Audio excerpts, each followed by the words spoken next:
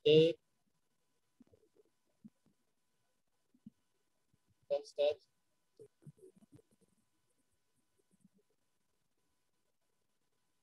cek, cek.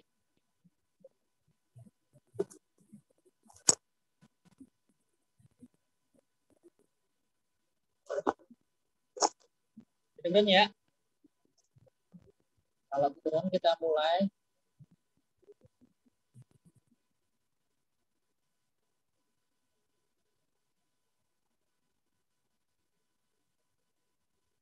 Dengar ya?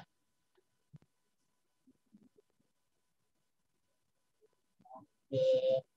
Assalamualaikum warahmatullahi wabarakatuh. Alhamdulillah, alhamdulillahilladzi khalaqal mauta wal hayata liyabluwakum ayyukum ahsanu amala.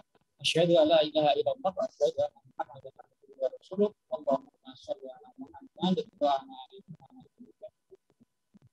Alhamdulillah, sore ini kita diberi kesehatan, keselamatan sehingga kita bisa mengikuti kajian-kajian bersama tim Kemudian Surabaya. Sebelumnya mungkin perkenalan dulu ya. Katanya itu tak kenal maka tak sayang, tak kenal maka tak akrab kali ya. Perkenalan dulu, nama saya Harisut. Saya di sini moderator buat agenda kajian bersama Setamat Haryadi yang temanya merasa yatim piatu. Sebelum nanti kita mulai, mungkin kita bincang-bincang singkat sapa-sapa dulu. Kita sapa Ustaznya dulu aja. Assalamualaikum Ustaz. Waalaikumsalam warahmatullahi wabarakatuh. Oke, sebentar ya, mau tak munculkan apa namanya? Mau tak munculkan. Perlu dibuka video atau nggak usah? Saya ikut ininya apa namanya panitia ini. Kita buka videonya atau Boleh, boleh ya? boleh. Bentar ya. Oke. Perkenalan dulu. Karena ini kan kajiannya umum. Ada baru ada. Oke. Baik. Halo. Assalamualaikum. Waalaikumsalam. Gimana Terdengar? kabarnya? Alhamdulillah. Dari wajah saya kayaknya terlihat ya kalau saya sedang ceria gini ya. Alhamdulillah. Di mana Ustaz? Di rumah atau Lagi di rumah ya, betul. di rumah ya? Menyiapkan diri untuk menghadiri acara yang insya Allah istimewa nih ya. Alhamdulillah. Insya Allah. Keluarga sehat semua Ustaz? Alhamdulillah, biasalah ada sakitnya orang tua ya. Ada sakit-sakit sedikit. Semoga diberi kesehatan Ustaz. Amin. Supaya kami masih tetap bisa belajar bisa banyak lah yang Amin. Pertanyaan untuk masyarakat ini. Tetap sehat Ustaz. Kesehatan. Oke. Amin. Insya Allah. Kesibukan sementara ini apa Ustaz? Nanti buka dulu ini. Lumayan banyak ya. Banyak ya? Lumayan banyak. Saya kebetulan masih jadi apa namanya technical assistant istilahnya ya. Technical assistant itu kayak kalau bahasa bebas barangkali orang yang bantu secara teknis di Kementerian Agama untuk apa namanya melakukan penilaian bukan penilaian ya, assessment istilah yang standar, assessment kompetensi guru. Jadi saya sedang disewa untuk assessment kompetensi guru dari atau kegiatannya di Kementerian Agama di Jakarta ya. Itu yang pertama, yang katakan misalnya kegiatan sambilan ya, kegiatan sambilan. Sambilan ya. Bisa sambilan. Nah, kemudian yang kedua, sambilan yang lain itu saya juga jadi kayak ya tadi ya technical assessment untuk bantu-bantu maksudnya, tapi di Direktorat Penanggulangan Kemiskinan dan Kesejahteraan Masyarakat Bappenas. Ya. Jadi untuk apa namanya, saya kayak dianggap, bukan dianggap ya, tapi dipandang bisa untuk membantu teman-teman di Direktorat Penanggulangan Kemiskinan di Bappenas. Nah, kegiatan sehari-hari utamanya saya di Sidoarjo, saya jadi Ketua Sekolah Tinggi Agama Islam An-Najah Indonesia Mandiri di Sidoarjo. Singkatan atau biasa yang dikenal biasanya Stainim. Jadi kalau ada yang tertarik, Stainim ini, sorry, bukan promosi ya, tapi karena kadung ditanya sama Mas Farid Suhud. Jadi di Stainim itu kebetulan ada 2 program studi ya. Yang pertama ekonomi syariah, kemudian yang kedua manajemen pendidikan Islam. Ya. Jadi kalau ada tertarik bisa dicoba karena rata-rata mahasiswa di tempat saya itu semester 2 atau semester 3, 4 itu sudah bisa punya penghasilan sendiri ya, kan diarahkan untuk menjadi entrepreneurship. Itu yang sehari-hari biasa saya kantor di Sidoarjo. Dilihat Zoom-nya ini banyak sekali mungkin yang saya kira yang sangat dibutuhkan kondisi sekarang. Saya kira utamanya banyak yang terkait dengan pendidikan. Ya. Juga ini sangat berkaitan pada materi kita sekarang ini. Ya. Tentang kondisi anak yang merasa mungkin ada orang tuanya. Dan mungkin nanti akan diskusi materi. Saya berharap sih teman-teman juga yang mengikuti kajian nanti ini bisa proaktif untuk menanyakan bolehlah problem-problem yang dihadapi orang tua pada anak, atau mungkin ada yang menjadi, ini kan ada beberapa yang masih remaja yang menjadi posisi sebagai orang tua dan posisi sebagai anak. Nah, kan kita bisa mempertemukan kondisi itu sehingga mungkin membantu menyelesaikan problem-problem sosial, utamanya di bidang positioning, parenting lah. Oke. Bismillah ya. Insya Allah akan kita mulai. Tapi sebelum itu saya mau nyapa dulu teman-teman yang gabung ini. Mana suaranya? Ada yang mau nggak ya memperkenalkan dirinya? Oke, halo teman-teman. Sehat semua kah? Ada yang mau memperkenalkan dirinya? Kayaknya untuk menjawab itu sungkan bersuara tuh Mas, maunya ngetik kalau. Tapi semangat semua ya mengikuti kajiannya. Harus semangat supaya kita bisa menerima informasi dari setengah materi. Insya Allah informasi yang sangat bermanfaat dan bisa menjadi pegangan untuk kita bagaimana positioning sebagai orang tua dalam memiliki anak parenting. Walaupun saya belum punya anak. Oke, mari kita mulai Ustaz. Baik. Kajian kita kali ini untuk prolog mungkin di awal tema ini sebenarnya diangkat dari teman-teman Keputihan Posi Surabaya. Saya bilang Keputihan Posi Surabaya, tapi saya bukan putri ya, saya laki-laki. Tapi kami tergabung dalam sebuah organisasi namanya Forum Studi Islam. Jadi sama-sama dari Forum Studi Islam, cuman dari teman Keputihan itu mengangkat sebuah materi tentang kondisi pandemi kali ini itu ada anak-anak yang merasa dirinya itu yatim atau piatu, walaupun masih memiliki orang tua. Nah, boleh jadi hal-hal seperti ini terjadi karena banyaknya pekerjaan, tugas-tugas yang dialami oleh anak-anak. Kan ketika pandemi kan pendidikan daring.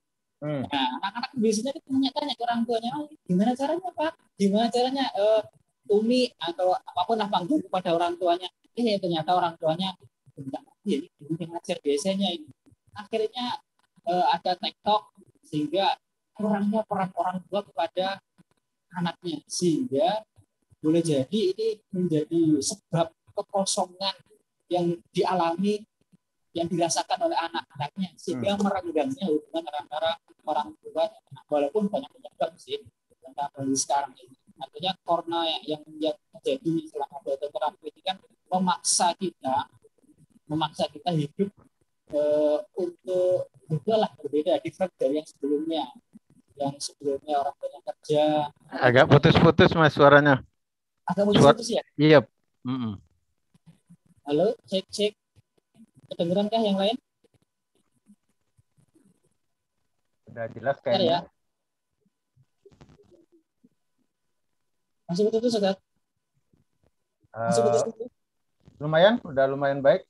Lumayan ya. Tapi mungkin bisa cari second opinion ya. Iya. Barangkali Lihat.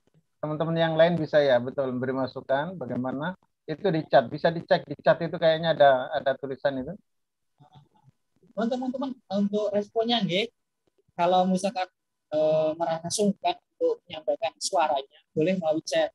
Misalnya TKP ada yang menanggapi secara fast respon, ada kajian kita berjalan dengan lancar sehingga kita nggak ketinggalan informasi, dan sampai hanya karena koneksi kita nggak bisa menangkap informasi penting dari setiap materi. Oke, lanjut yang prolog tadi, kira-kira mungkin prolognya seperti itu. Artinya anak-anak ini merasa kosong karena kurangnya perannya orang tua, sehingga merasa janjinya merupakan ngantuk atau gimana. Kasarannya mungkin seperti itu. Saya kok merasa tidak mengalami hadirannya kurang dalam diri pembeli sekarang. Nah, mungkin di awal prokes seperti Ustaz, kepada Ustaz untuk kajian kita kali ini kita merasa walau seperti orang tua membuat Terima kasih Mas. Lama nggak ketemu ya, ketemu via Zoom juga bagus lah, insya Allah ada berkahnya. Baik, bismillah. Assalamualaikum warahmatullahi wabarakatuh. Waalaikumsalam warahmatullahi wabarakatuh. Alhamdulillah. Nasta'inuhu wa nastaghfiruhu wa na'udzu billah min syururi anfusina may yahdihillahu fala mudhillalah wa may yudlil fala hadiyalah. Asyhadu an la ilaha illallah wa asyhadu anna Muhammadar Rasulullah. Allahumma shalli ala Muhammad wa ba'du. Nah, ini kayaknya dominan teman-teman akhwat yang hadir ya. Apapun itu ya. Yang pertama, teman-teman, saya panggil apa ini? Saya panggil teman-teman kayaknya semua adik-adik saya. Jauh ini, usianya anak saya paling ini, semua di sini yang hadir ini. Mau dipanggil apa, Mas Suhud? Dipanggil adik-adik, mas-mas, mbak-mbak? Ada saran dipanggil apa ini biar tidak terlalu jenjangnya jauh itu kalau saya... Masalahnya kan yang lagi ngobrol ini, yang ngomong ini kan lagi kakek-kakek nih. Ya juga Ustaz. Oh, masih 11-12, masih seger kok Ustaz. Masih sama dengan saya lah. Biar saya ini naik kasta gitu. Baik ya. Oke teman-teman sekalian ya. Yang pertama berangkat saya begini. Ini mungkin penting biar nanti tidak ada rasa kecewa kita dalam hidup ini, tapi justru ada kepuasan-kepuasan. Kalimat yang sering kita sampaikan adalah inna sholati wa nusuki wa mahyaya wa mamati lillahi rabbil alamin. Saya berangkat dari poin ini, teman-teman ya. Saya berangkat dari kalimat inna sholati wa nusuki wa mahyaya wa mamati lillahi rabbil alamin. Ini penting. Kenapa? Karena sebenarnya tidak ada satupun dari aktivitas kita ini yang tidak bernilai ibadah. Itu. Jadi jangan dibuat pola yang diametral bertentangan. kalau saya bekerja berarti melalaikan anak, atau ketika saya mengasuh, mendidik, mengasuh anak-anak, lalu berarti saya tidak bekerja. Bukan begitu. Jadi jangan biasakan mempola secara diametral sehingga seolah-olah bertentangan dalam hidup ini. Itu. Ya, itu kenapa saya garis bawahi. Karena semua yang kita lakukan ketika sudut pandang kita benar, itu adalah ibadah kepada Allah Subhanahu wa Ta'ala. Itu pertama kata kuncinya. Ya. Jadi nanti biar teman-teman nanti nggak merasa kecewa dalam perjalanan dakwah, perjalanan hidup ini, ketika kemudian ada hal-hal yang terjadinya itu di luar kendali kita, di luar keinginan kita. Nanti saya akan buat contoh-contoh dalam perjalanan ini ya. Yang pertama tadi itu ya. Jadi kita melatih ya agar posisinya tidak selalu diametral. Saya perlihatkan di sini, coba izin share, saya akan share dulu ya. Nih. Oke. Bentar ya. Oke. Next.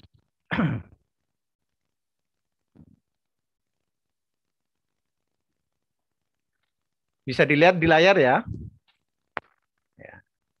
Saya beri tulisan ini tumbuh kembang dalam keyatiman. Ya. Oke. Ini yang saya maksudkan tadi itu.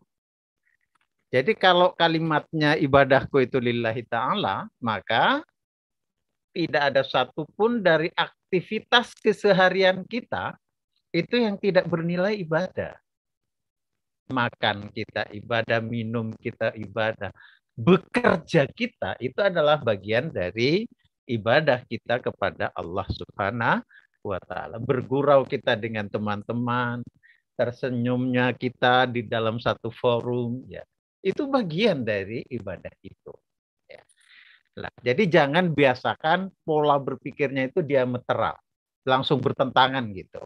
Saya belajar dari kisah ini, coba ya. Oke. Coba. Ini kira-kira saya terjemahkan bebas saja ya, nggak usah saya ceritakan satu-satu. Jadi ada 2 orang laki-laki itu bepergian, safar. Ya. Ketika masuk waktu sholat, mereka berdua itu tidak menemukan air. Ya. Apa kemudian yang dilakukan setelah itu? Mereka dua-duanya bertayamum. Ya. Nah, setelah bertayamum, ya, mereka sholat. Ya, fasalla ya. Jadi keduanya sholat. Tapi setelah itu, dia menemui air, mendapatkan air. Nah, terjadilah perbedaan sikap dari 2 orang ini. Yang pertama, tetap tidak sholat, tidak wudhu, tidak sholat lagi. Yang kedua, itu wudhu dan sholat. Sampai kemudian berita ini disampaikan kepada Nabi.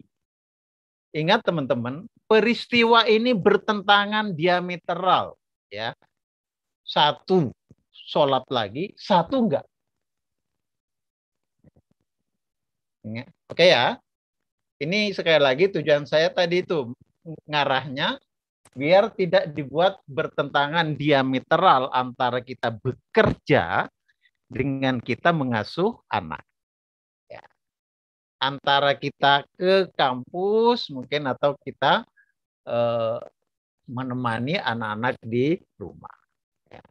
Apa kemudian yang dilakukan oleh 2 sahabat ini? Datang kepada Nabi ya, kemudian menceritakan apa yang terjadi. Lalu apa katanya? Untuk yang mengulangi, ya yang tidak mengulangi, itu ya dipuji sama Nabi. Asabta as-sunnah ya, wa ajza'atka salatuk. Jadi kamu ngikuti sunnah dan sholatmu itu sudah cukup. Dan untuk yang mengulangi sholatnya dipuji juga sama Nabi. Lakal ajru marratain. Jadi kamu dapat pahala itu 2 kali. Ya.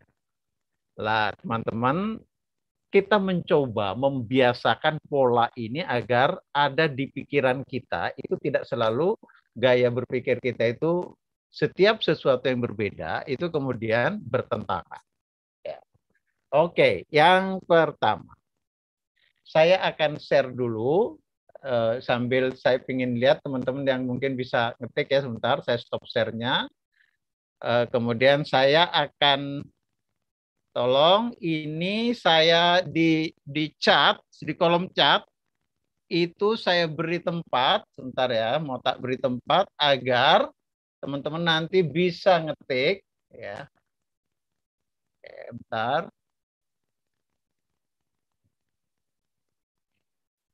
Bentar ya. Silakan di chat itu saya share, diklik Padlet ya. Silakan diklik. Masuk.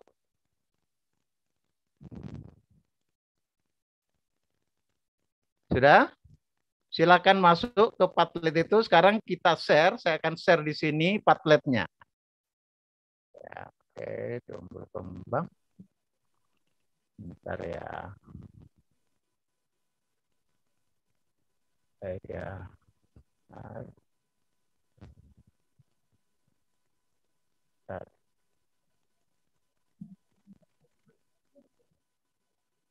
Bentar, nanti saya buat satu pertanyaan ya, yang bisa kita discuss. Oke, di bawah itu ada tanda plus merah. Tolong tulis apa yang teman-teman tahu, tentang keluarga Nabi Nuh. Apa yang teman-teman tahu tentang keluarga Nabi Nuh, khususnya terkait anaknya. Silakan klik dulu tanda plus itu, kemudian ketik apa yang teman-teman tahu ya tentang keluarga Nabi Nuh. Silakan diketik.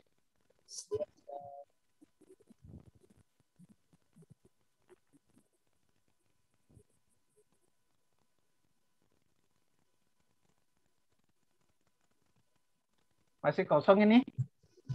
Masih mikir ya? Boleh. Pikir dulu, tenang aja. Anaknya tidak taat pada ayahnya. Oke, terima kasih sudah ada masukan. Silakan yang lain ketik lagi apa yang ditahu lagi. Apakah misalnya kira-kira menurut perkiraan kita, apakah anaknya Nabi Nuh itu berjauhan misalnya tempatnya? Anak dan istrinya tidak taat, betul? Anaknya tidak patuh pada Nabi Nuh, oke? Anaknya Nabi Nuh tidak mau ikut Islam, betul? Anaknya tidak taat ayahnya, oke? Ya. Keluarga Nabi Nuh adalah keluarga sang ayah beriman dan sang anak ingkar. Oke. Cukup ya?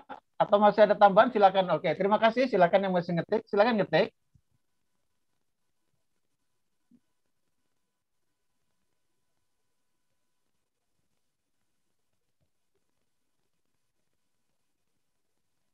Oke, sudah tidak ada kayaknya nih, nggak ada tanda-tanda ngetik, ada 1, 2, 3, 4, 5 ya. Baik. Nah. Oke, ini pernyataan menarik. Pertanyaan saya dijawab di chat saja. Menurut kita yang di forum ini, Nabi Nuh itu nabi yang gagal mendidik anak-anaknya? Silakan diketik. Diketik di sini juga boleh, di chat juga boleh. Tapi kayaknya di sini aja biar terlihat langsung ya. Menurut kita, Nabi Nuh itu gagal atau tidak? Jangan khawatir ya, tidak saya laporkan ke polisi. Oke, tidak. Nabi Nuh bukan nabi yang gagal. Terima kasih ya. Tidak. Oke, silakan yang masih ini. Kayaknya dari di sini. Takut gitu. Takut kayaknya ini mau nulis. Tidak saya laporkan ke MUI ya. Oke, tidak karena sudah berusaha semampu dan semaksimal mungkin. Keren. Ada lagi?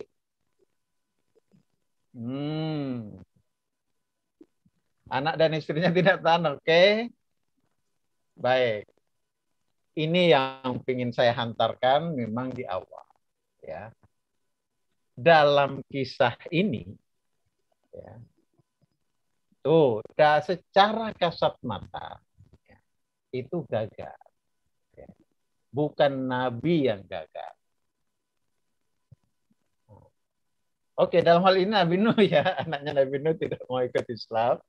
Secara kasat mata sepertinya gagal, bukan Nabi yang gagal, tetapi orang tuanya. Orang tuanya itu di sini Nabi Nuh ya, yang gagal mengarahkan anak istrinya. Oke, silakan aja.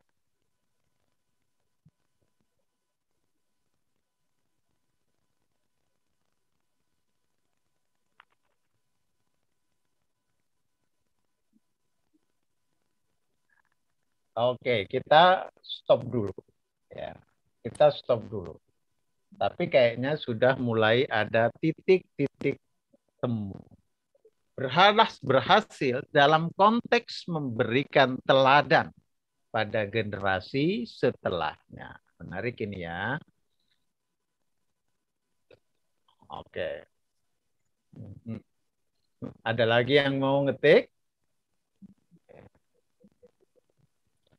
Tapi mengeri juga tuh ya teman-teman pertanggungjawabannya. Kalau kita sebut sebagai nabi yang gagal, itu yang ngeri kan pertanggungjawabannya kepada Allah Subhanahu wa taala ya.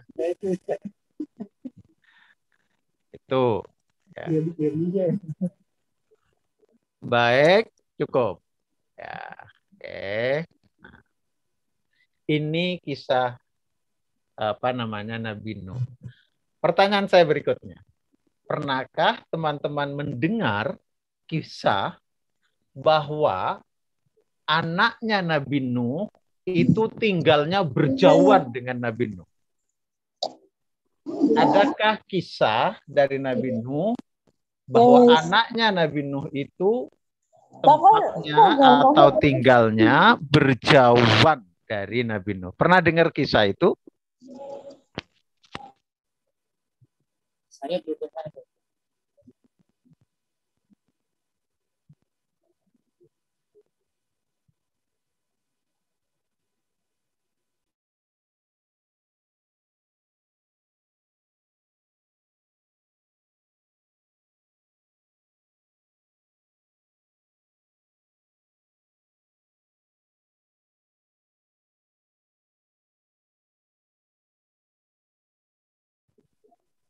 Ustaz, suaranya ke-mute, Ustaz.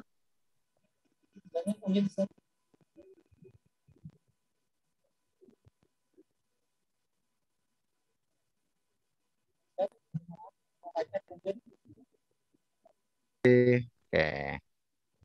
Boleh, sudah ya? Mau diulangi di bagian anaknya yang jauh dari orang tuanya. Ya, tapi itu sudah ada yang jawab. Jadi pernahkah mendengar kisah bahwa anaknya Nabi Nuh itu tinggal berjauhan dengan Nabi Nuh? Ada kisahnya, itu ada yang menjawab sudah belum? Ada yang menjawab tidak ya. Karena teman-teman, Nabi Nuh itu anaknya 4 ya. Yang justru yang jadi masalah, yang jadi berita di Al-Qur'an itu adalah yang satu yang tidak taat itu. 3 yang lain yang apa namanya diinformasikan baik-baik itu tidak masuk dalam kisah ya. Justru yang ada di Quran itu yang satu tadi itu. Oke, ya. Ini saya mau garis bawahi ya kira-kira. Oke, kita ini saya stop dulu nanti kita nulis lagi. Baik ya. Saya share. Oke.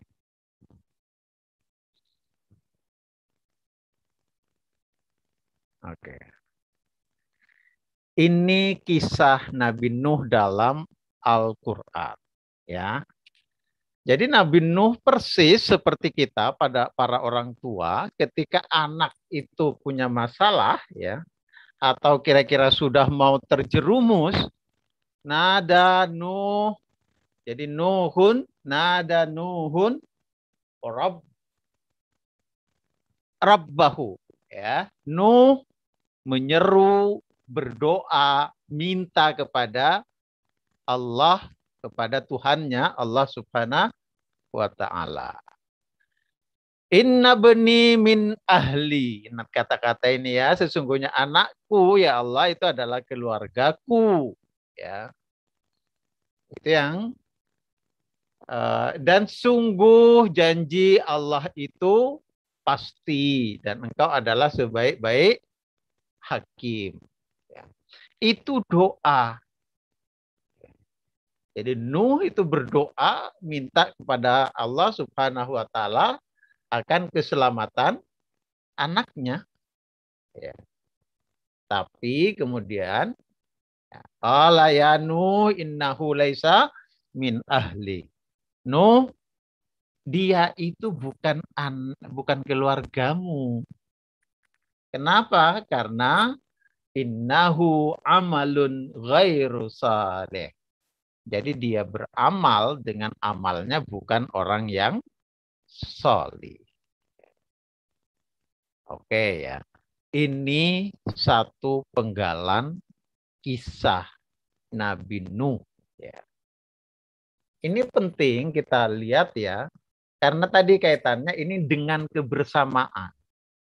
Jadi kebersamaan fisik itu nanti kita cermati ya. Bagaimana dampaknya. Nah, ini di ayat yang lain ya. Daraballahu masalan. Allah itu membuat permisalan kepada siapa? Ya. Untuk orang-orang yang kafir. Siapa dia? Imra'atan Nuh. Ya. Wamra'atan Lut. Kanata tahta abdaini min ibadina salihaini. Masya Allah. Ya. Jadi dua wanita ini itu berada dalam pengawasan, dalam pengayoman. Ya.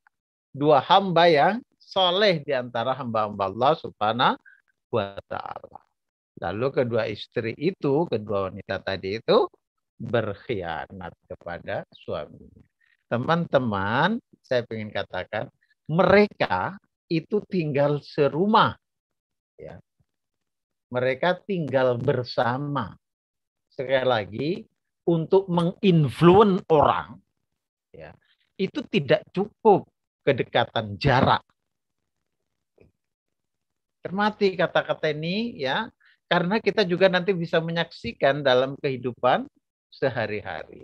Tidak mesti orang yang berkomunikasi, yang sudah baik dengan kita, lalu kemudian dia otomatis bisa kita pengaruhi. Belum tentu. Loh, mungkin ada ya, mungkin ada saja yang kurang ya.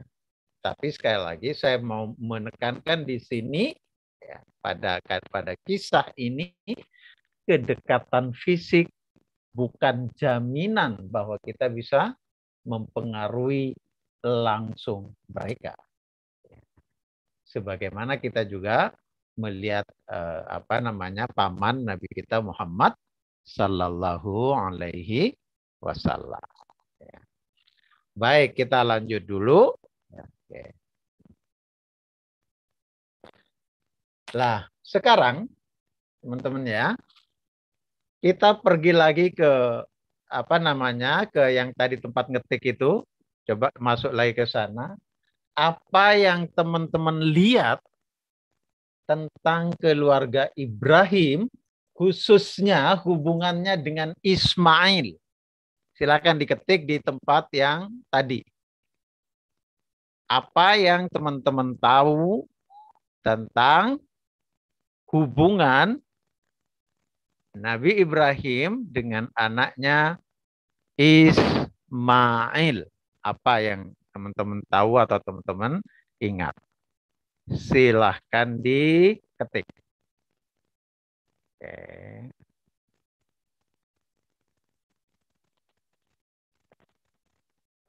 Halo, silakan. Bismillah. Saya lihat orang minum, jadi pingin minum jadinya ini. Sebentar ya.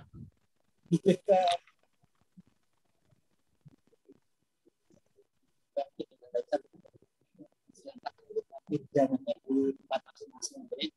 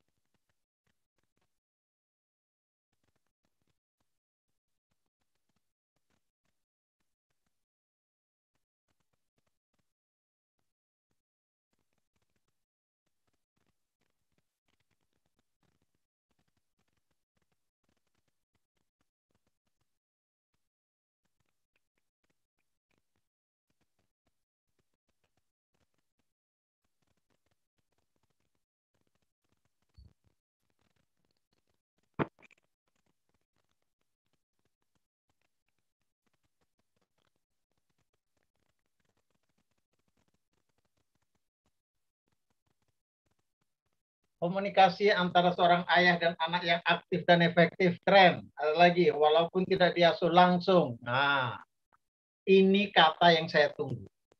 Ya, walaupun tidak diasuh langsung oleh Nabi Ibrahim, Nabi Ismail itu menjadi anak yang solih.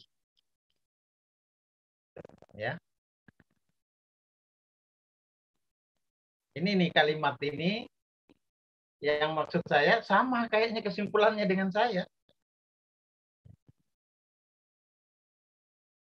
Oke, kita lanjut dulu silakan. Ada yang mau nambah lagi?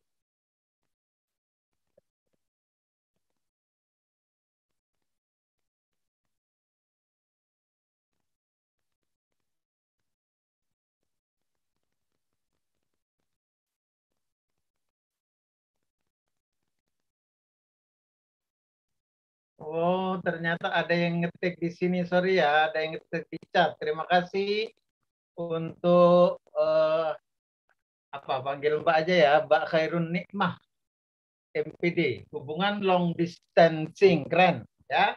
Ismail kecil lebih mendapat didikan langsung dari ibu aja. Oke. Oke, saya baca di chat. Terima kasih. Ada lagi yang lain?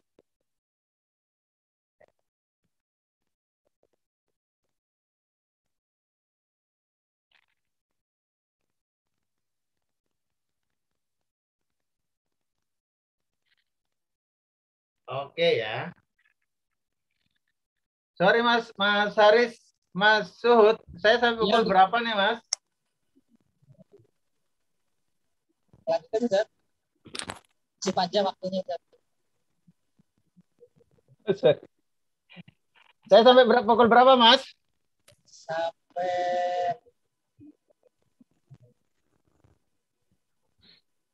Sampai sekarang. sampai 17.00 Ustaz. Kalau Oh. saya lihat di undangannya Ustaz. Langsung Baik. tanya Ustaz. Oke. Maksudnya nggak usah lama-lama. Oke ya, anak yang patuh kepada sang ayah dan beriman kepada Allah, walau tak merasakan kehadiran sang ayah sepenuhnya. Masya Allah, itu dunia nyata ya. Baik.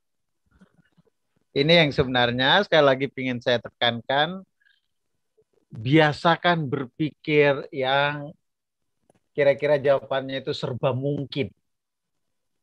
Jadi kira-kira nanti kan pertanyaan, ala Ustadz, bagaimana saya bisa numbuh kembangkan anak secara baik? Saya kerja di kantor, saya ini nanti saya jam sekian ngelesi, jam sekian lagi, ya gitu loh ya. Itu seolah-olah sudah nggak ada waktu sama sekali kan? Padahal sebenarnya bisa, bisa ada waktu, bisa. Ya. Keren. Ini Mbak Airun justru melihat dari sisi doa. Ya. Saya nggak tahu ini ya, apa ada pikiran yang sama antara saya dengan Mbak Airun. Nanti jawabannya akan sama dengan yang saya sajikan. Kayaknya ketebak dulu nih Mas Haris ini. Apa yang sudah ada dalam pikiran saya. Baik ya, terima kasih. Masih ada lagi? Cukup ya? Oke, tapi saya rasa poinnya sama. Ya. Beliau itu memang mengantarkan, masih kalau kisahnya itu kan cemburu istri pertamanya ya, dan untuk menjaga kecemburuan itu agar tidak tidak melukai keikhlasan, menodai keikhlasan, kemudian istri kedua bersama anaknya itu kemudian dibawa dari daerah sekitar Palestina ke Mekah. Ya. Baik, kita masuk ke bahan presentasi saya. Ya. Oke. Nah, ini dia Nabi Ibrahim. Ya. Kalau kita membayangkan kisah ini, ya, bayangkan Mekah pada saat itu. Ya. Tapi disinilah juga kita bisa melihat bagaimana ketaatan, ketawakalan, ya. Kalau perempuan pada umumnya kira-kira, ya, kalau perempuan pada umumnya kemudian bisa saja mengatakan enak saja kamu. Kamu tinggalkan di suasana seperti ini. Apalagi misalnya kalau perasaan kecemburuannya begitu membara, kamu di sana akan bersenang-senang dengan istrimu. Itu kalau hawa nafsunya yang dominan. Tapi ketika yang dominan bahwa perjalanan ini adalah perjalanan dakwah yang mesti dilakukan, pernyataan itu tidak muncul.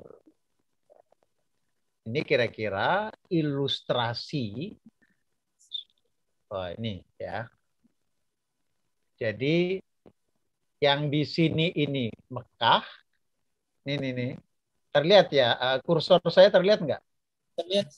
Oke, atau mungkin kayaknya perlu tak oret-oret aja ya. Sebentar. Biar dapat jelas. Oke. Nih, jadi ini posisinya Mekah, teman-teman ya.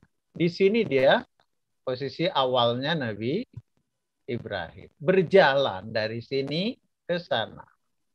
Itu ketika saya cek di Google, itu jaraknya 1.222 kilometer. Jarak dari Hebron ke Mekah. Ya. Nah, coba antum bayangkan. Jakarta-Surabaya itu 784 kilometer.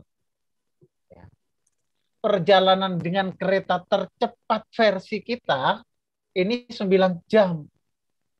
Nah, kalau naik unta, ya antum hitung aja kira-kira berapa kecepatannya.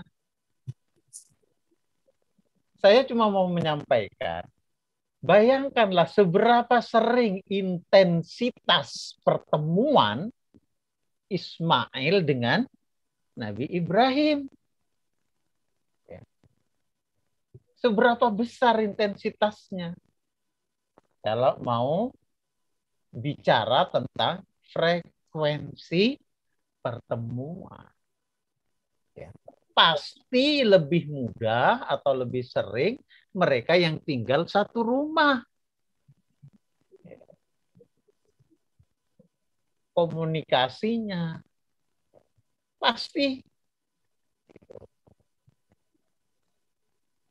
Nah, saya kemudian ya punya catatan yang tadi kayaknya sudah mulai disebut. Ini barangkali bisa saya sebut data. Ada data menarik kan? Ada yang tinggal bersama dalam satu keluarga, tapi ternyata yang tinggal bersama, walaupun bersama dengan Nabi, itu ada yang nggak beriman.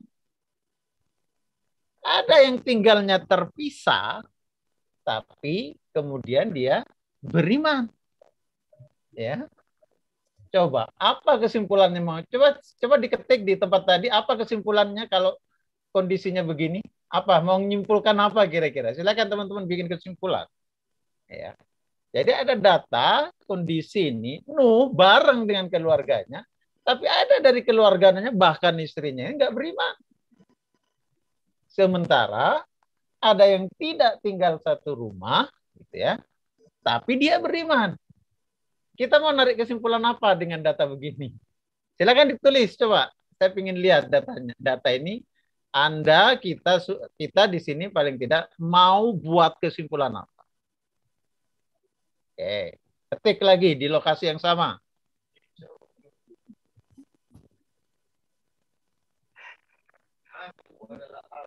Ini ada gangguan suara.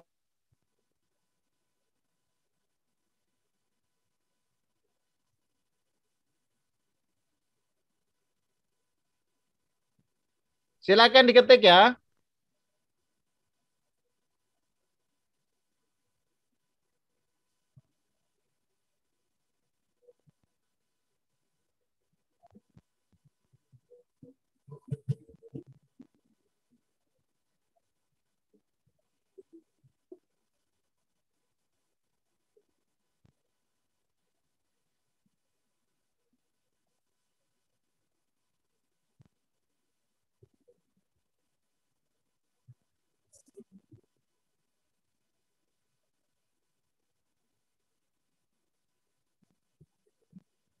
Ya, terima kasih. Tuh ya.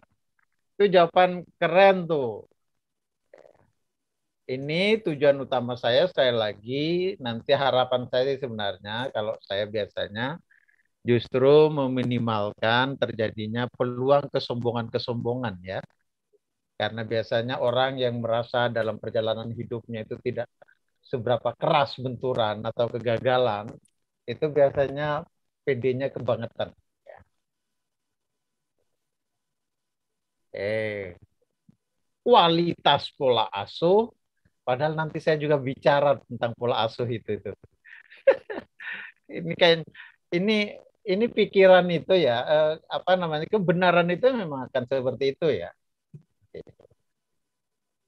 Jadi walaupun kita belum ada kesepakatan gitu ya, tapi ya apa namanya bisa terjadi hal yang sama.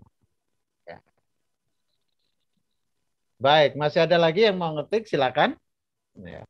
Kenapa itu bisa begitu? Ya. Jadi ada yang satu rumah, tinggalnya sering ketemu, tapi justru di situ ternyata ada yang kafir. Sementara ada yang tinggalnya berjauhan, tapi di situ muncul anak yang solih.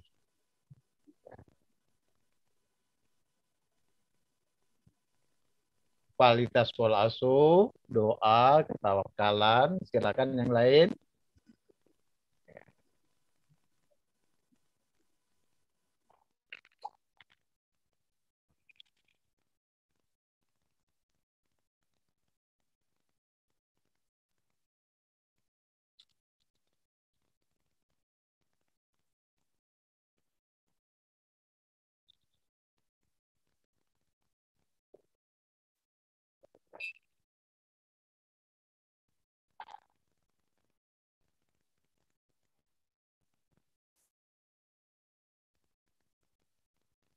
Sudah tidak ada tambahan ya? Oke, kita lanjut. Ya, saya stop. Oh, masih ada. Silakan dilanjutkan ketikannya. Ada yang masih ngetik?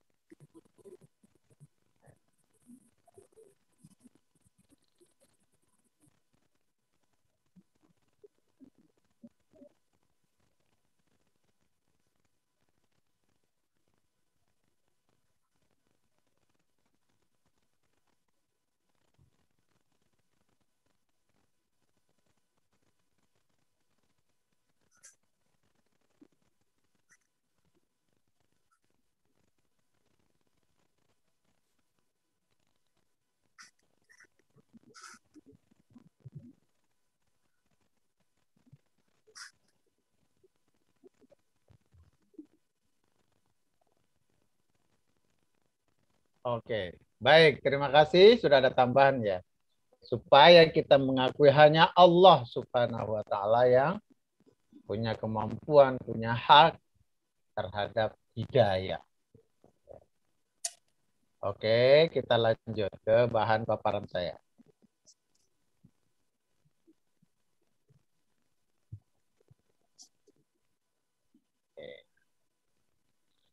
Nah, mungkin polanya akan sama.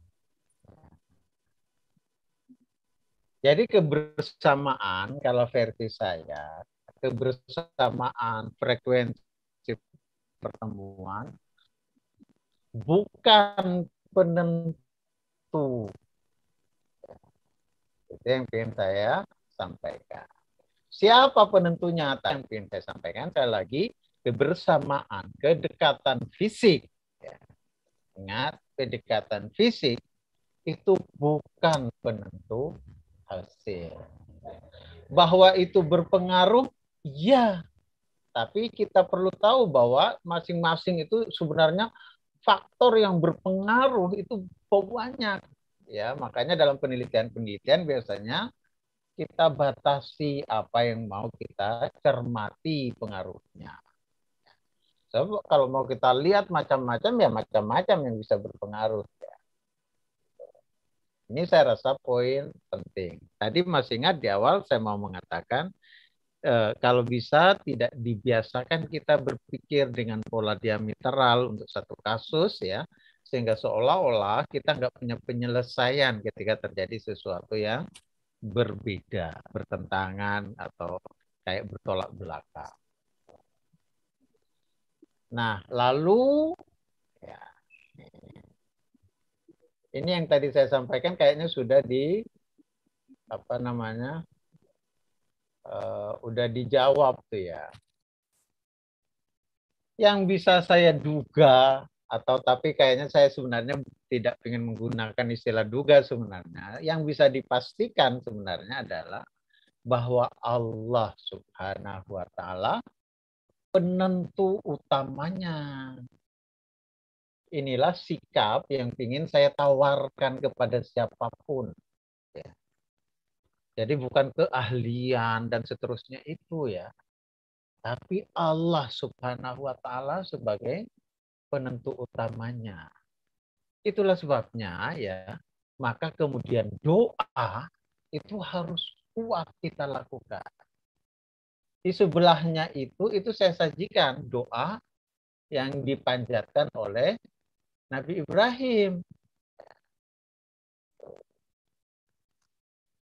Ya Tuhanku, jadikanlah aku dan anak-anak cucuku wa min dzurriyyati ya, itu Rabbana wa taqabbal doa.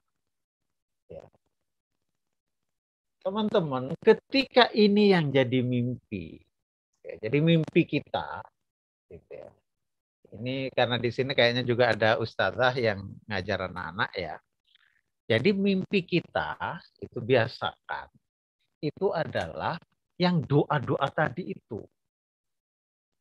Ya. Mimpi kita, doa kita itu. Itulah sebabnya ketika berdoa disadari, jangan sampai enggak disadari.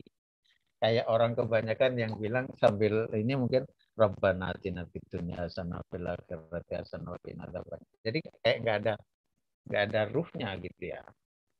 Nah, ketika kita berdoa untuk ini, maka betul-betul kita ini kan sehingga nanti tercermin dalam perilaku kita dalam keseharian.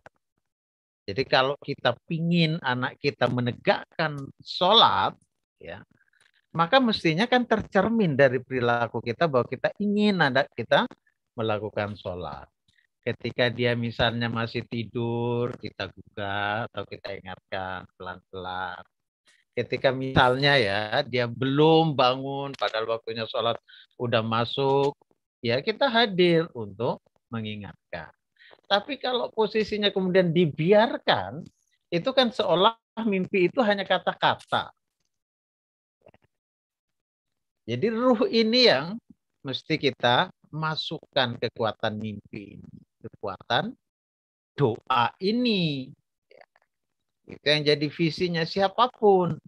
Ya maaf ya, misalnya teman-teman guru, Bismillah ya berangkat dari rumah. Kan tadi sudah saya sampaikan di pengantar itu, saya berangkat dari kalimat eh, apa namanya, inna sholati wa nusuki wa mahyaya wa mamati lillahi rabbil alamin.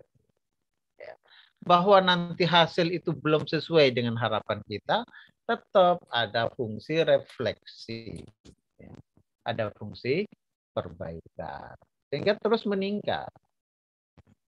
Jadi jangan kemudian dibayangkan bahwa sekali berusaha pasti sesuai dengan yang kita inginkan.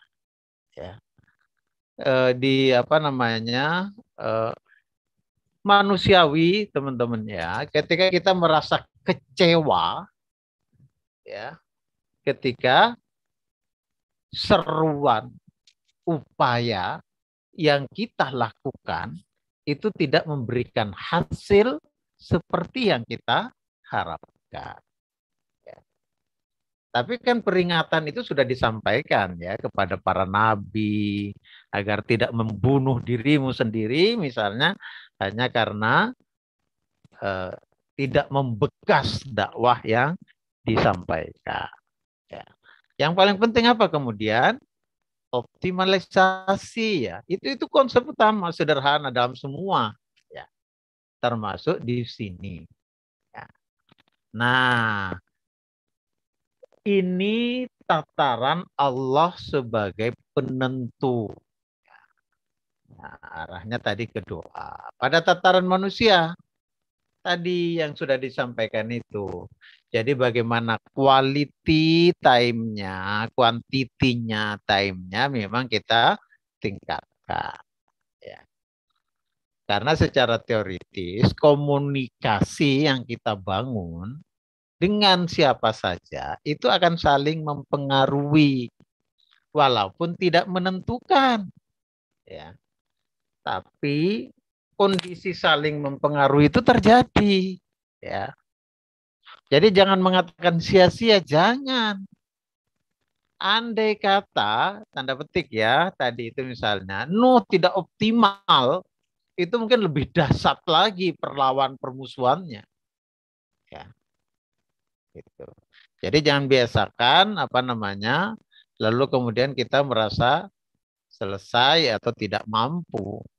Terus saja kualitasnya kita tingkatkan, jadi kualitas pertemuan, begitu juga dengan jumlah yang kita sediakan untuk berkomunikasi, membangun komunikasi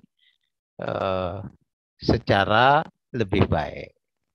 Teman-teman, di akhir, sudah bagian akhir ya, sudah di akhir saya buat kesimpulan, kira-kira ya, kita dengan kesibukan kita, yang tadi misalnya sampai anak kita merasakan dia dalam keadaan yatim, dia merasa ayah dan ibunya tidak ada misalnya ya, itu memang ngeri kalau sampai itu terjadi.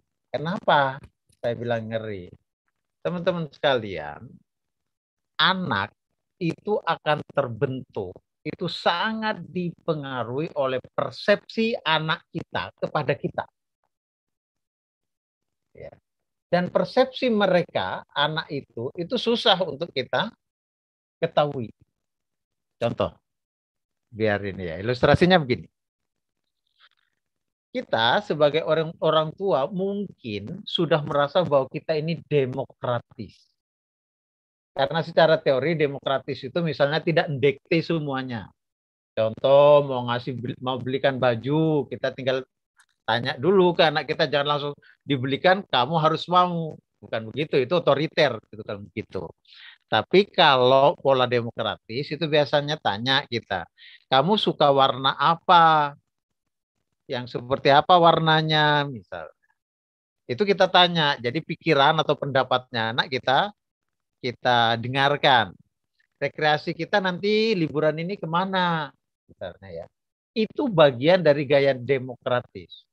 Tapi teman-teman, itu anak kita belum tentu mempersepsi kita sebagai ayah atau orang tua yang demokratis.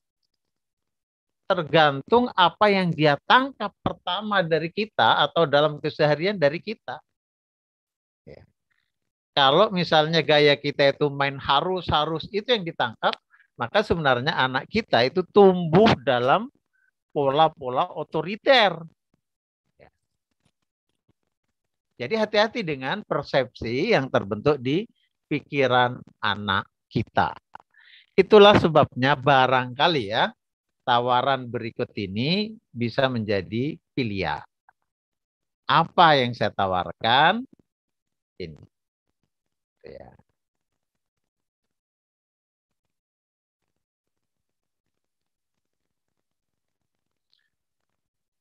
Jadi yang pertama, teman-teman ya, nih.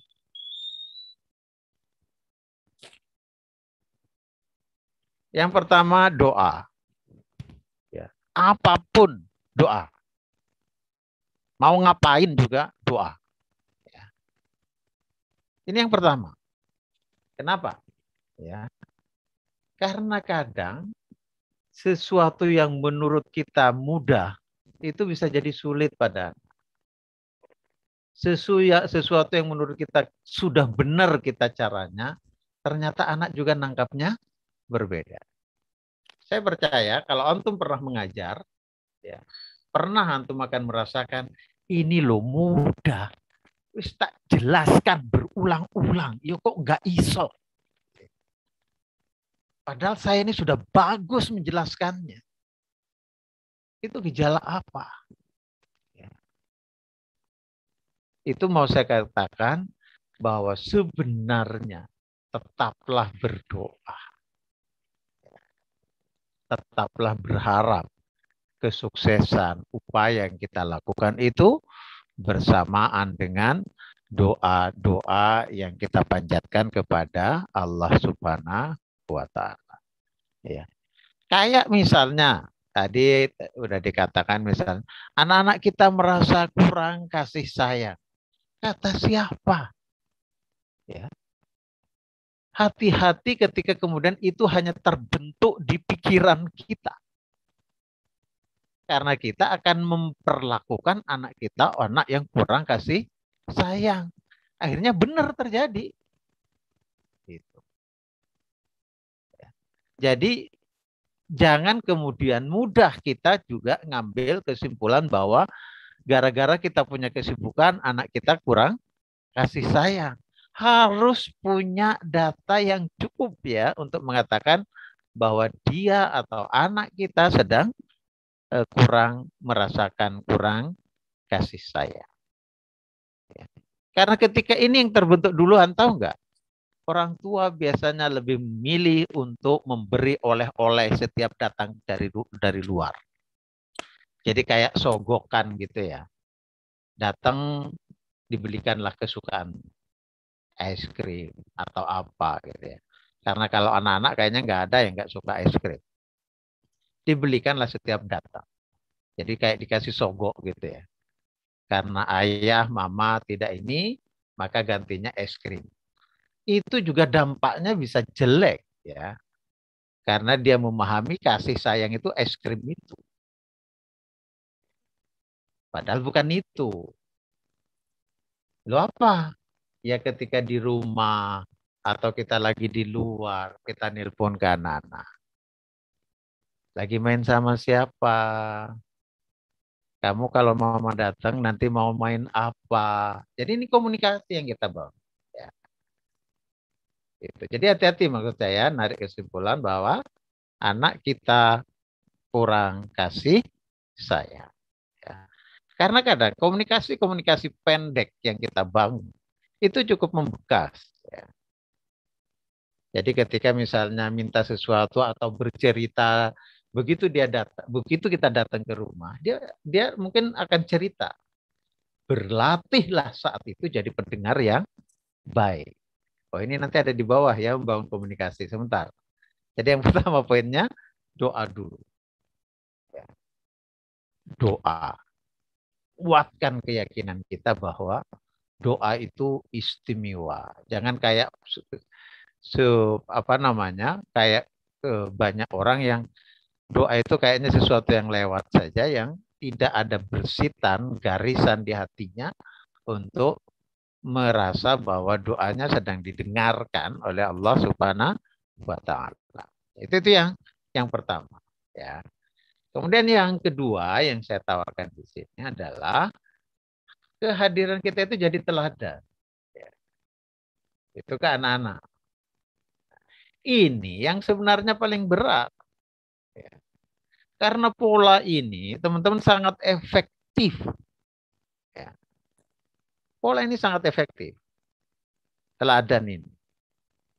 Ya kalau mau bilang ayat, ya Allah saja polanya begini ketika mau mengajarkan nilai-nilai. Itu cara Allah kan, menghadirkanlah tokoh contoh. Laqad kana lakum fi Rasulillahi uswatun hasanah. Itu cara Allah Subhanahu wa taala ketika akan mengenalkan menyampaikan nilai-nilai syariat agama ini kepada manusia. Dihadirkanlah tokoh contoh yang bernama Nabi Muhammad sallallahu alaihi wasallam. Begitulah kira-kira teman-teman ya di keseharian kita. Jadi di keseharian kita, jadikanlah kita jadi kayak contoh teladan nyata di rumah. Gitu. Bagaimana kita nggak ngeluh walaupun capek. Itu untuk menggambarkan bahwa apa namanya perlu keuletan, perlu ketelatenan, nggak sebentar-sebentar ngeluh. Ya itu keluhan itu yang ditangkap. Ya. Jadi itu yang kedua yang coba saya tawarkan. Karena ini sekali lagi ya, memberi teladan itu adalah cara Allah Subhanahu wa taala mengajarkan kepada manusia ini dengan menghadirkan Nabi Muhammad sallallahu alaihi wasallam yang biasa kita sebut juga dengan Al-Qur'an berjalan. Yang ketiga. Yang ketiga, teman-teman sekalian, itu membangun komunikasi. Ya. Nih, saya tidak tahu ya, teman-teman bisa nggak menjadi pendengar aktif. Jadi membangun komunikasi itu jangan dibayangkan mesti kita yang memulai ya. Lalu kita sebut sebagai membangun komunikasi. Ketika kita jadi pendengar, ya, pada saat kita mendengarkan anak-anak, itu ketika kita jadi pendengar aktif itu, dengarkan, kemudian sesekali mungkin ngangguk, jangan terus ngangguk-ngangguk terus ya, nanti kita terbaca betul itu bahwa kita nggak dengarkan. Ngangguk, sesekali, oh gitu, sesekali iya ya, kemudian sesekali, lalu bagaimana selanjutnya? Nah itu ya. Jadi bagaimana agar dirasa, ditangkap oleh orang yang bersama kita, bisa anak kita, bisa keluarga kita, bahwa kita sedang memperhatikan. Itu bagian dari kita membangun komunikasi yang baik. Nah, sehingga apa maknanya? Ya, teman-teman sekalian, ketemu sebentar, itu bicara berarti yang penting itu memang kualitas pertemuan. Ya, penting banget. Jadi bagaimana agar ketika pertemuan itu terjadi, itu terjadilah komunikasi tadi itu. Kalau kita diem, nggak salah diem. Untuk tertentu diem, jadi ya. Jadi karena sebenarnya keteladanan itu juga bagian dari cara komunikasi dengan bahasa tubuh. Jadi mereka bisa nangkap apa sebenarnya yang kita inginkan. Itu yang saya maksudkan dengan membangun komunikasi. Syukur-syukur tadi itu ya. Jadi kalau misalnya kita di kantor atau di mana, sesekali ya tidak harus ditandai setiap tanggal sekian ini mesti ini nelpon tanggal pukul sekian misalnya. Tidak harus ya. Tapi yang paling penting itu adalah kebermaknaan. Jadi sesuatu itu bermakna. Sesuatu yang rutin itu kadang tidak terasa bermakna pada anak. Jadi buatlah misalnya ya ada kejutan-kejutan, polanya perubahan-perubahan. Tapi intinya ingat, intinya adalah memastikan bahwa memang kita ada perasaan dekat dengan anak-anak. Itu sebenarnya yang lebih penting. Sehingga insya Allah doa-doa kita itu nyampe. Terakhir, saya membahasakan kita jadi fasilitator. Ya, kenapa?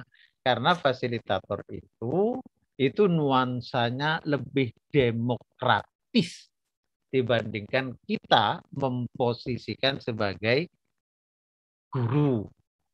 Ya. Fasilitator itu kita lebih memfasilitasi tumbuh kembang anak-anak. Ingat loh ya bahwa pekerjaan misalnya nanti yang akan datang itu belum tentu ada seperti kita saat ini pekerjaan-pekerjaan itu. Ya.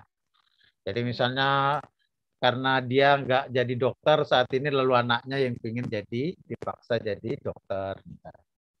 Ya tahu-tahu pada saat itu sudah dokter nggak diperlukan misalnya ya karena semua orang sudah permasalahan misalnya kesehatan dan lain-lain sudah tersedia di internet tinggal ketik ya. Bisa dilayani oleh satu dokter dan pertimbangan teknologi dan lain-lain ya. Nah itu jadi bisa jadi nanti karena saya ulangi ya bisa jadi pekerjaan yang saat ini ada yang mungkin kita anggap istimewa pada saatnya nanti dia dewasa pekerjaan yang kita maksudkan itu sudah tidak ada. Cukup ya, nggak usah lama-lama. Barangkali itu Mas Suhud, kalau kita ada yang ingin kita diskusikan, kita bisa diskusi. Tapi kalau sudah kira-kira cukup juga bisa kita akhiri. Terima kasih. Ustaz. Selanjutnya mungkin pertanyaan jawab barangkali ada problem yang belum diselesaikan atau mungkin hal yang ingin disampaikan teman-teman yang mengikuti kajian hari ini, silakan disampaikan. Kalau ada unek-unek sesuatu jangan diempat nanti penyakit nanti. Mumpung ada Ustaz di sini, insya Allah kita carikan solusinya. Monggo teman-teman, kalau ada yang ingin ditanyakan, kita diskusi aja, sharing bersama.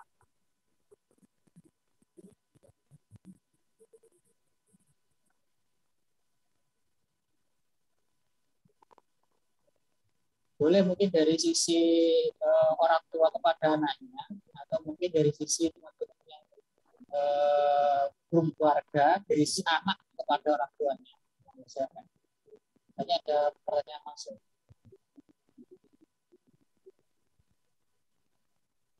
Oke, saya bacakan pertanyaan pertama dari Mbak Dewi Notia. Disebutnya Ustaz, maaf saya masih off cam karena sedang sesuatu. Alhamdulillah saya 9 orang yang paling besar, 11, yang terkecil masih bayi. Saya istri pertama, alhamdulillah ada kesempatan kembali kepada Ustaz. Apa yang harus saya lakukan agar luka batin saya sebagai ibu tidak terbawa dalam pengasuhan anak-anak saya? Karena suami saya, istrinya pernah sampai 4, tapi sekarang istrinya tidak. Baik ya. Satu aja dulu ya Mas ya. Iya. Oke. Terima kasih nih ya Mbak Dewi. Anda sebenarnya Mbak Dewi sebenarnya maksud saya orang yang luar biasa ya. Artinya di tengah kondisi seperti ini bisa bisa menahan diri paling tidak ya. Nah, yang perlu kita ini ya cara-cara pandang ini pertama ya, cara pandang. Sesuatu yang sudah terjadi, saya ulangi ya, sesuatu yang sudah terjadi itu tidak bisa kita ubah yang sudah terjadi. tetapi yang akan itu masih punya peluang untuk kita ubah. Kemana arah pernyataan ini? Saya tidak mengarahkan untuk menyesali masa lalu. Ya. Karena ini sudah berjalan dan kita tidak dalam posisi bersalah. Nah, kemudian pertanyaannya kan begini, ya. Memang menjadi keluarga yang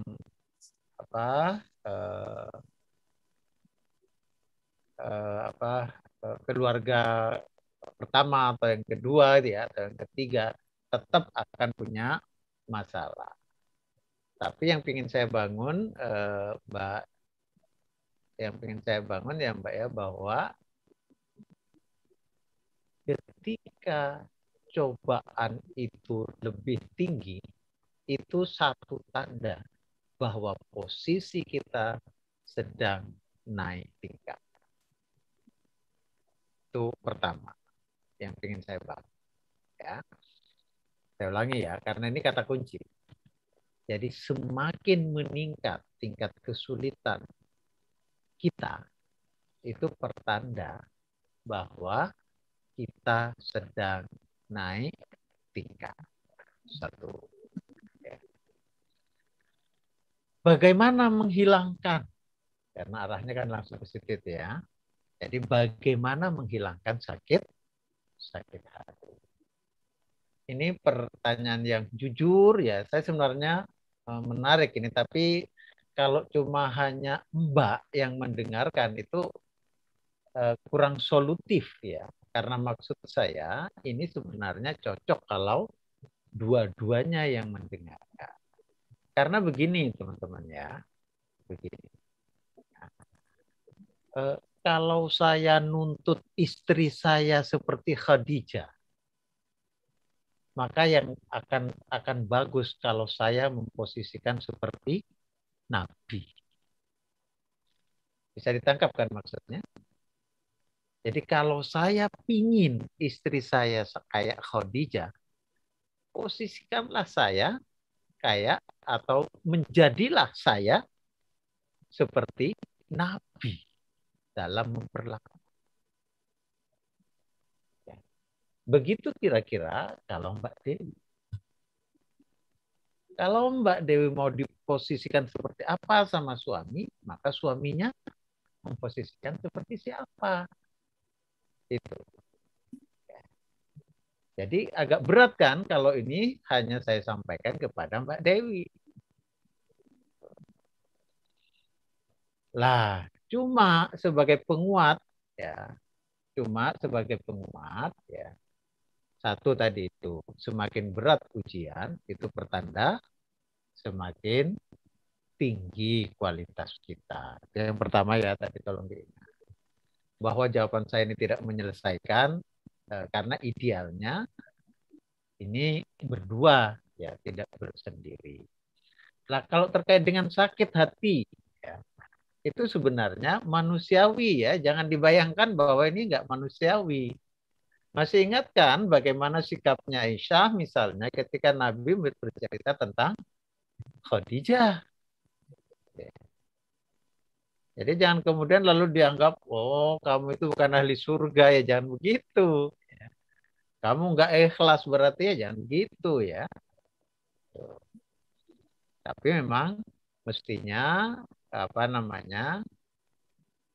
dua-duanya yang bisa ngobrol bersama.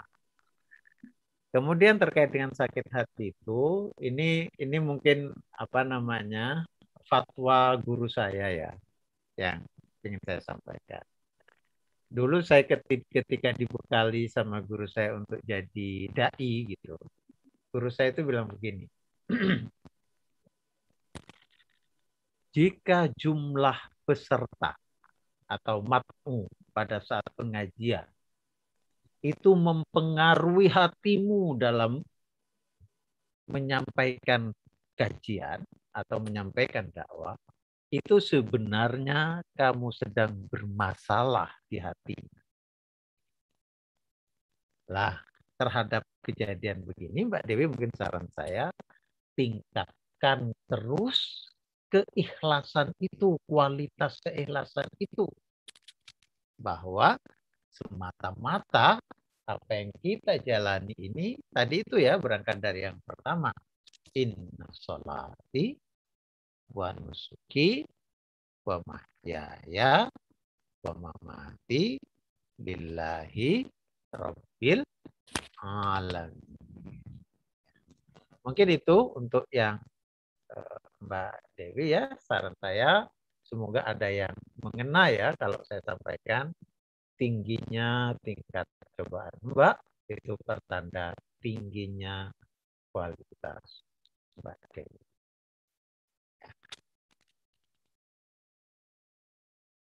Selanjutnya, Mas Haris kayaknya suaranya masih di unmute ya.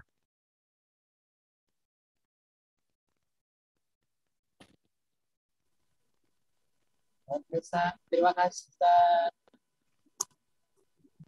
Saya kepada Mbak Dewi, itu yang disampaikan kepada Ustaz. Saya kira ada poin-poin penting memang yang perlu saya garis bawahi. Yang pertama adalah masalah harus dua. Jadi kalau salah satu itu belum menyelesaikan akhirnya. Terus dari poin tadi kan ada kalau kita menuntut pasangan kita untuk sesuai dengan apa yang kita inginkan, maka fungsikan lebih dulu bagaimana kitanya. Itu berarti kayak seperti stimulus sama respon.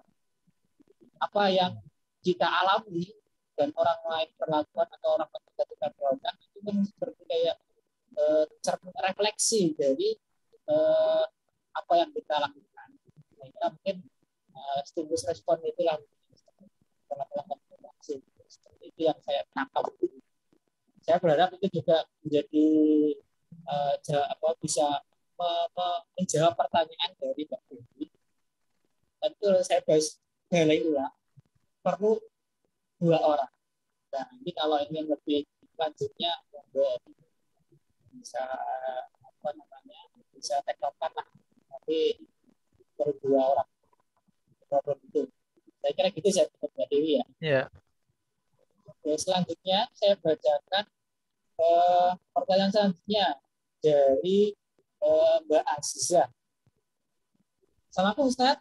Saya mau bertanya, bagaimana cara membangun chemistry antara ibu dan anak yang introvert, pendiam? Ustaz. Baik. Tapi nggak sampai kan kayak apa namanya menang-menang apa istilahnya, nggak satron gitu. Tapi satron ya introvert bukan berarti gitu. Kayaknya pola-pola untuk orang-orang introvert itu gimana saya pikir. Baik, terima kasih Mbak Aziza ya.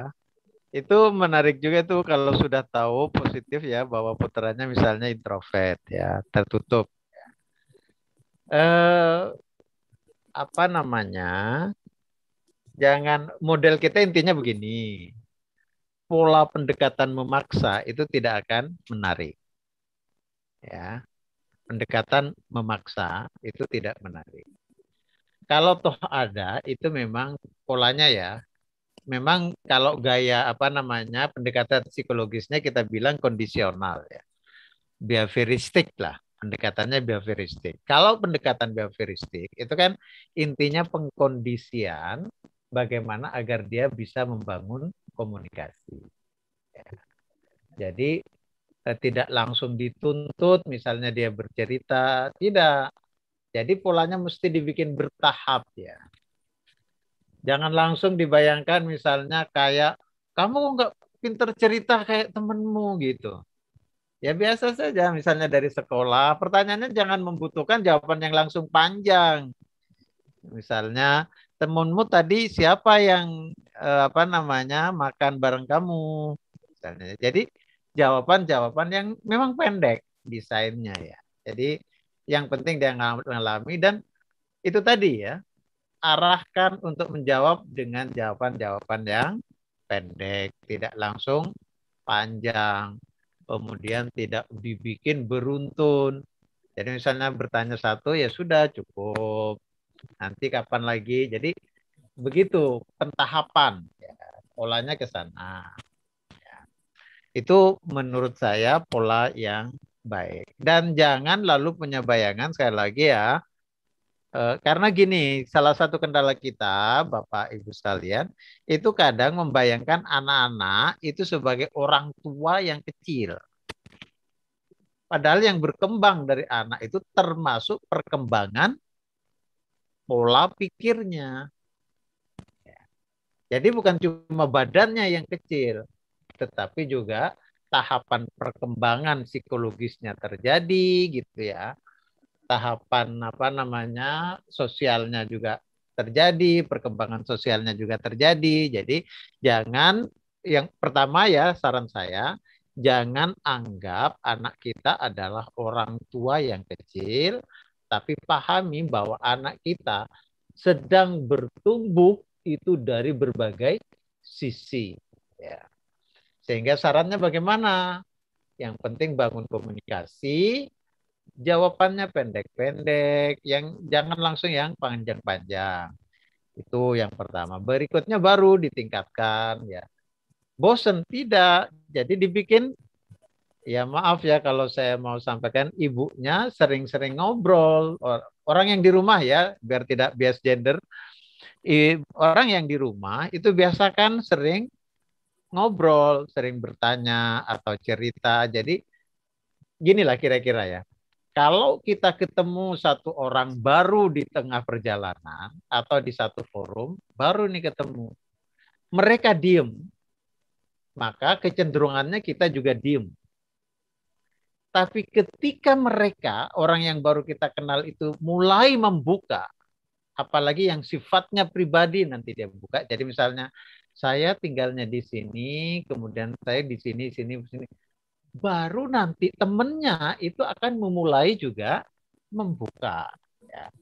Jadi itulah kira-kira yang saya maksudkan dengan pengkondisian tadi ya. Pengkondisian itu maksudnya biarkan anak kira-kira nanti akan merasa nyaman ketika bercerita dengan orang tuanya. Dan itu dipancing, dibiasakan oleh kita dengan pertanyaan-pertanyaan pendek yang tidak memerlukan jawaban panjang maksudnya. Jadi dengan pertanyaan-pertanyaan yang memerlukan jawaban pendek. Ya. Jadi jangan kemudian pertanyaannya begini, mengapa kamu tadi nggak suka belajar matematika misalnya? Nah, itu terlalu sulit itu ya pertanyaannya.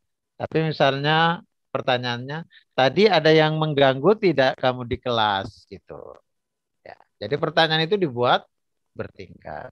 Mungkin itu ya kira-kira. Jadi prinsipnya sekali, tak ulangi ya mungkin secara pendeknya. Satu, anak kecil itu bukan orang tua yang kecil ya, tapi semuanya dia dari berbagai aspek sedang bertumbuh ya.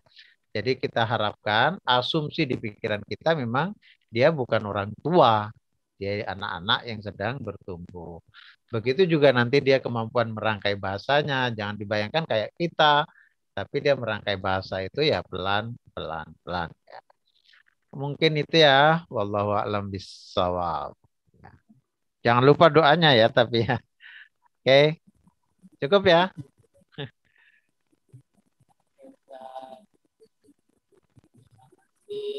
Tapi ada kayaknya ada beberapa yang pertanyaan juga Ustaz. Boleh kita banyak juga yang tanya Ustaz. Oh ya, saya buka chat ya. Ada juga. Hah? Kenapa? Saya buka chatnya ya. Oh iya. Atau chatnya saya buka ya. Iya Ustaz. Oke, Ini baik. Apa ya, untuk Pak? Mbak Azizah, mungkin awal yang disampaikan seperti itu ya. Jadi kayak teknik rencana, membina hubungan baik yang dengan baik yang kalau orang introvert kalau bisa cerita panjang ya susah karena introvert. Bukan berarti percakapan yang sedikit, tapi kemampuan menyampaikan sesuatu agak berbeda mungkin ya. Mungkin teknik rencana aja. Oke. Ini pertanyaan selanjutnya dari Mbak Zahra. Assalamualaikum Ustaz. Bagaimana saya bisa mengajak suami agar beliau semakin memperbaiki diri, kualitas diri, terutama dalam hal spiritual, keilmuan dan keilmuannya. Sekarang ini posisinya saya selalu berjalan sendiri dalam mendidik anak. Jadi nggak seharusnya merasa sendiri dalam pemilihannya. Mungkin diserahkan mungkin ya pola asuhnya sama suaminya. Itu bisa mempengaruhi kejiwaan saya yang jadi mudah marah karena tidak adanya keterlibatan suami yang menjadi korban nantinya anak. Padahal anak juga punya sosok dari ayah yang bisa membimbingnya. Kalau sibuk dengan hobi dan pekerjaannya, sudah ada ikhtiar dengan mengajak diskusi untuk ke depan dalam eh,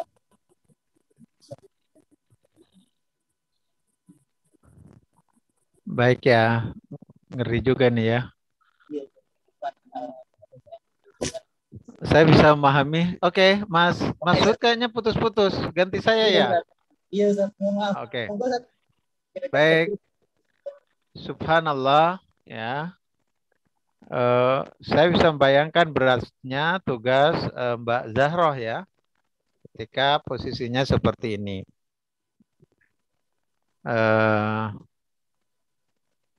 Memang yang pertama ya, ketika berhadapan dengan laki-laki saya rasa secara umum, jangan dihadapi dengan pola-pola kekerasan. Karena secara umum gaya-gaya laki-laki maskulin ya, itu biasanya pendekatannya satu, logis ya. Jadi kalau mau ngobrol sebentar nanti. Jadi pendekatannya yang paling penting. Tapi kalau gayanya kita gurui itu hampir pasti nggak ketemu. Ya. Lalu bagaimana Ustadz? Ini mungkin perlu dipertimbangkan ya. Yang pertama itu perlihatkan aja ketidakmampuan kita atau apa namanya. Jadi ngobrol awal itu kita lakukan ada saat-saat di mana kita bersama pasangan kita istirahat di kamar. Ya, baru ngobrol santai. Jadi suasananya misalnya jangan begitu datang kemudian lalu kita ungkapkan. Gitu. Pastikan dalam suasana santai kita lagi istirahat di dalam kamar. Jadi kalau bisa juga anak-anak tidak tahu ya. Jadi komunikasi itu begitu dekat. Dan seperti biasa Mbak Zahra ya tadi sudah saya sampaikan awalnya berdoa dulu. Karena dia Allah Subhanahu wa taala yang membolak-balikkan hati. Jangan mengandalkan kekuatan logika. Wah ini kayaknya kena sekakin nanti suami saya. Itu sudah salah konsepnya ya. Jangan pakai konsep kalah menang. Biasakanlah gunakan konsep sama-sama menang. Gitu. Jadi kayaknya tadi saya baca di YouTube atau apa, dengar di YouTube lalu di-share ke suami yang jelas-jelas itu nyerang, ya hampir pasti nggak diterima lah ya. Lalu bagaimana? Itu tadi, pastikan dalam suasana santai, baru kemudian ngobrol dan ngobrolnya jangan memposisikan lebih kita. Ya. Jadi yang kita sampaikan misalnya permasalahan, kemudian beratnya tugas-tugas ya. Dan di kayaknya mungkin kalau ngikuti siapa itu ya dokter yang Aisyah apa siapa itu bagus tuh ya. Jadi bagaimana lelaki itu memang diperlakukan sebagai lelaki. Ya. Pingin dia dipuja misalnya, dihargai ya, disebut. Terima kasih Mas, ini. Saya sudah ini, yang gitu-gitu ya. Dan apa pola, tolong dipegang, jangan biasakan gaya menggurui. Ya. Itu poinnya ya. Dalam suasana santai, ajak ngobrol bareng ya. Suasananya jangan menggurui, tapi kita yang ingin ngobrol. Ya. Kalau apalagi kalau Mbak Zara sudah tahu itu tanda petik ya, tanda petik kelemahannya. Semua setiap manusia itu saya rasa punya kelemahan. Titik-titik kalau Mbak Zahra berkenan, ya bisa diajak untuk silaturahim, diajak untuk ngaji, ya. Gitu.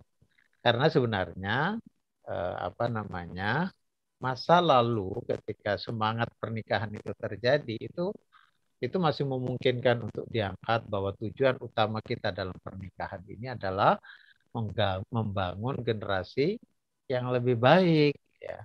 Bukan cuma melahirkan kemudian dibiarkan tumbuh besar, ya. Karena itu pun dilakukan oleh siapa, tanda petik ya, bukan aktivis juga melakukan hal yang sama. Nah, sudah tentu kita sebagai aktivis bebannya akan berbeda. Mungkin itu ya.